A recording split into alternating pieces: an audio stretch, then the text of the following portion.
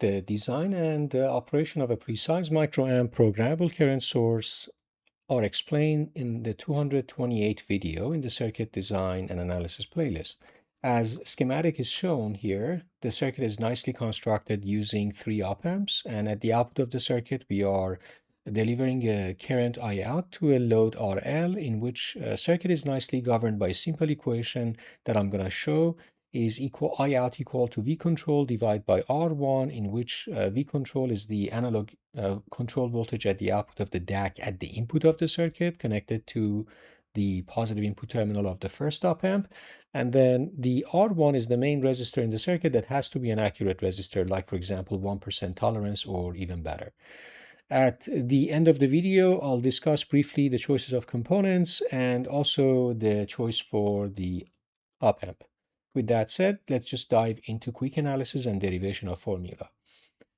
Okay, so since this is a dual supply design, I make the assumption that the two supplies, positive, negative, like plus minus 10 or plus minus 15 volt, properly applied for the 3 op-amps, and therefore, because op-amps are all properly connected into negative feedback, virtual short is applied, and in a steady state, the voltage at the positive and negative input terminals for all 3 op-amps will match one by one.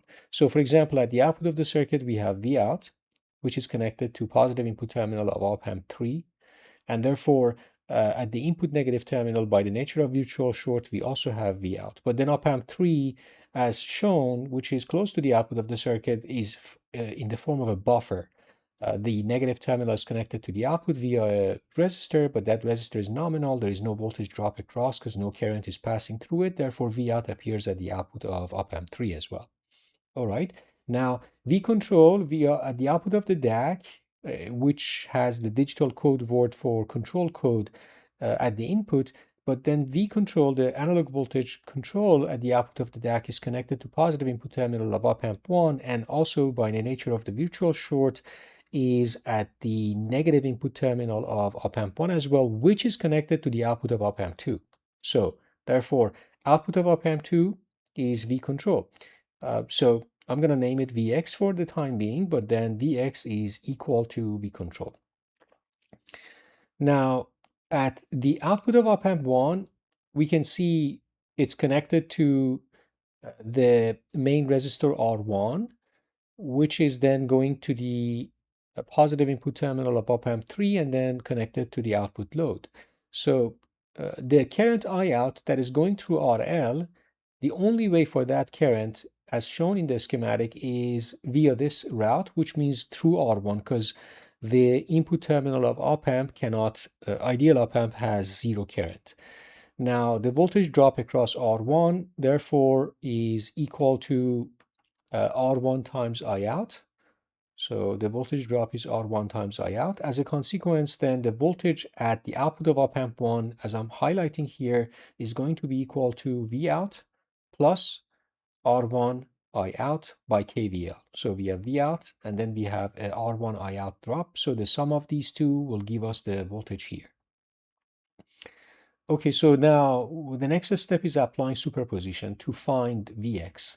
So I am going to apply superposition. So applying superposition for the two voltages that arrive at the input of op-amp 2. So op-amp 2 is working as a summing amplifier effectively. It's a summing amplifier, but we have two incoming voltages. One is Vout coming from output of op-amp 3, that is via resistor R2 gets to negative input terminal of op-amp 2, and then we can see we have one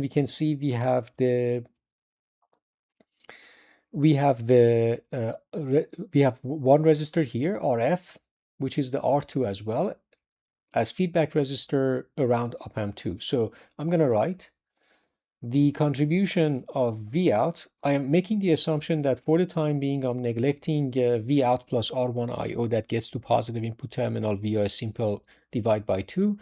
So I'm neglecting that for the time being via in superposition, and I'm only considering Vout. So that's the only voltage I am considering for time being. Therefore, op-amp 2, the summing amplifier for Vout, is operating like an inverting amplifier. So in that case, I can say Vx1, the contribution of the Vout at the output of op-amp 2 is equal to simply negative the formula for the inverting amplifier feedback resistor RF divided by input resistor R2 times incoming voltage Vout. But then, as you can see, feedback resistor is simply R2. So that is our feedback resistor.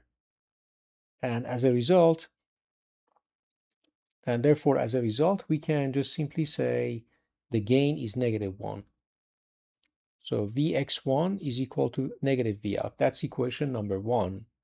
Now, for the second part of superposition, I am going to do the reverse operation. So I assume Vout which was applied at the negative input terminal of op-amp 2 is not there. And I'm going to consider VO plus R1 IO from the output of op-amp 1, which gets to the simple divide by 2 and then gets to positive terminal. So I'm going to write now Vx2, the contribution of the VO plus R1 IO at the output of op-amp 2 is equal to, okay, so let me write. Now we have Vout plus R1 I out, this voltage.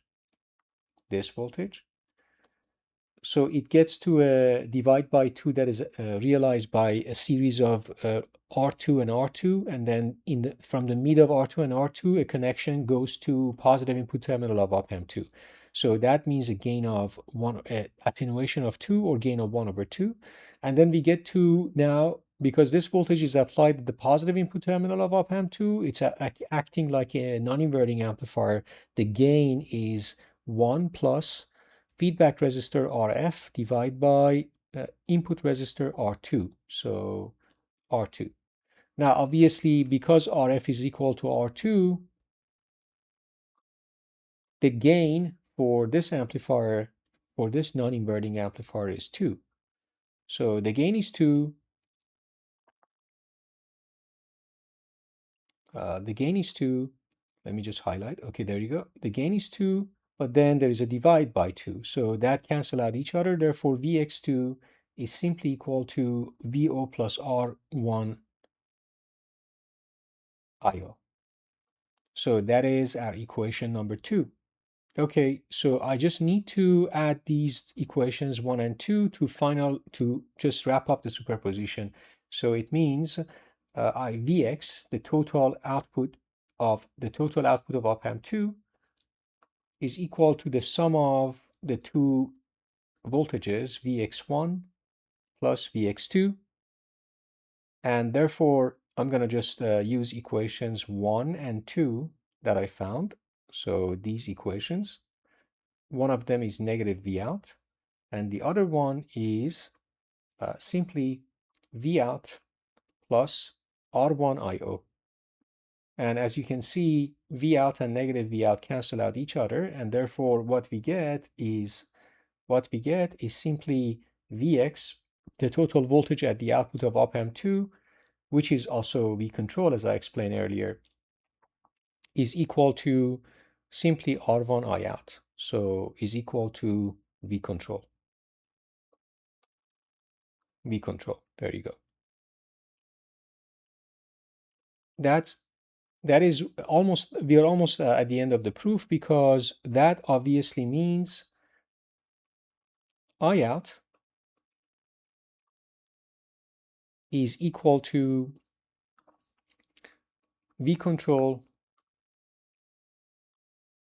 as was claimed, divided by the main resistor in the circuit, which is R1. And R1 is in denominator in the simple formula, so we need to be careful. That's why we are saying, because R1 is the main parameter in the circuit that controls the current, therefore R1 need to be 1% tolerance or better resistor. Okay, so with that said, so it can be thin film, let's say resistor or other type that provide 1% accuracy or better. With that said, we are done with formula, but then let me explain that Vcontrol is the analog voltage at the output of the D2A. If we are relying on a n-bit digital code at the input of the DAC, remember this circuit is a low frequency circuit.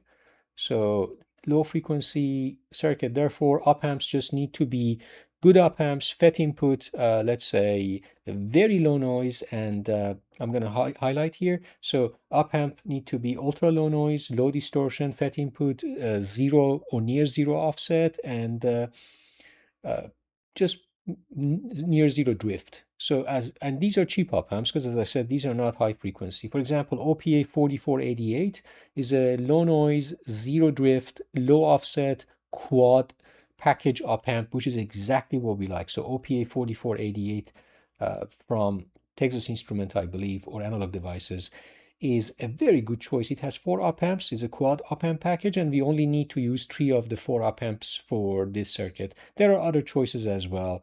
There are, for example, TLV 4886, which is a quad op amp package as well. So both Analog Devices and Texas Instrument provide many options for low frequency, good quality, ultra low noise op amps that are near zero drift. So with that said, let me go back. Okay, now I'm gonna compute Vcontrol as a function of the code. If we are interested in using the digital code at the input of the DAC. So effectively what I'm trying to say is this Vcontrol in the formula we found is equal to the digital code. So let me just write it, is equal to the digital code at the input of the DAC in 2's complement format, divide by, let's say, the range 2 to the power n, n being the bit size or bit width of the DAC. So n can be, say, 10 or up to 16 bits DAC. And because these DACs are low frequency and low power, they are cheap DACs. So it's many options available. So with that said, of course, times V reference. So Vref is the reference voltage for example, for the data converter, and that could be 1 volt, 2 volt, 5 volt, whatever the DAC is, whatever DAC you're choosing is providing a range for the Vref. So we can replace Vcontrol using this formula, and of course, the digital code is supposed to be 2's complement so that it provides a positive negative range so that we can realize positive negative analog Vcontrol, because positive Vcontrol generate a output sourcing current, and the negative Vcontrol will result in reverse, basically sinking the current. So, but what is the range of this current? Example for the range. Here I have, for example, one example. Let's say in an implementation, we have Vcontrol, say plus minus 1 volt. I mean, you can have Vcontrol plus minus 5 volt, 10 volt even, but then as an example, plus minus 1. Let's say R1 is 10 mega ohm. Can be 5 mega ohm, 1 mega ohm, whatever you like, but it has to be 1% tolerance or better. If that's the case, then obviously I out will be plus minus 1 volt divided by 10 mega ohm, which means plus minus 100 nanoamp in this example. So basically, with this choice of with these choices of parameters, we end up I out being between 100 nanoamp and a negative 100 nanoamp.